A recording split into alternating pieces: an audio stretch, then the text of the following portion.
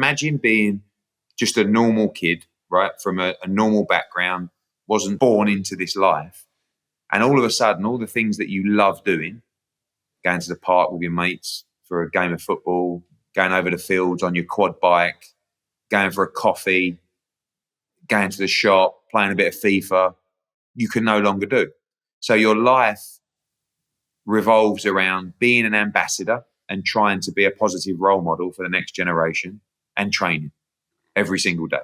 So when you get beaten, your world comes crumbling down.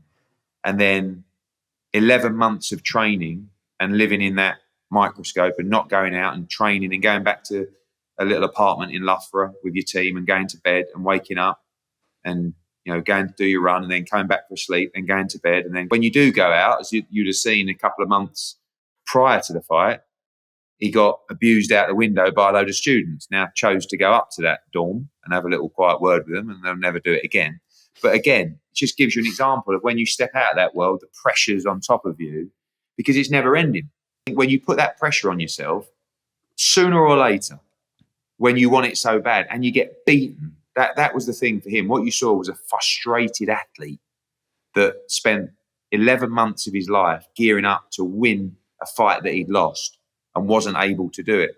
And I think the cracks, what you saw at the press conference, which was ultimately more of a breakdown into tears, was this is too much. And I can't keep living with this pressure on my shoulders of being the guy who pops to get his petrol and then ends up doing 20 minutes of photos, which he will, right? He won't get back in the car and say, no, sorry. He'll stay for half an hour. Then he'll go and talk to the lady in the petrol shop, like about something, because that's him. And it's just pressure. That night was a little bit like, you know, a tin can.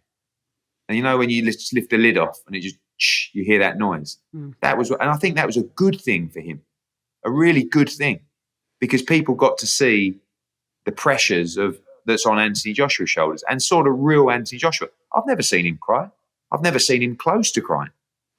And it happened in front of the world. In fact, he's the one person that you'd least expect to do that. He's the guy that would go, come on, what's the matter with you? Don't be like that. Let's go. And the energy that he has, and just probably over those last year or so, you just see that energy just sapped out of him, you know? And I think that's the pressures that he's been under.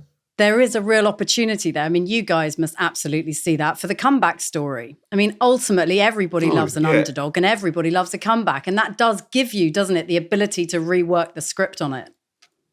Yeah, I mean, I think coming off AJ's loss and what happened in the ring and particularly the press conference after, now, arguably the story is more intriguing than ever. What happens next? It actually increased Joshua's value. It sounds bizarre because you say he got beat.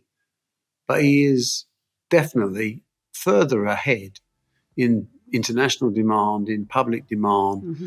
Everyone wants to watch the road to redemption, don't they? I mean, everyone wants to see someone come back. Or implosion.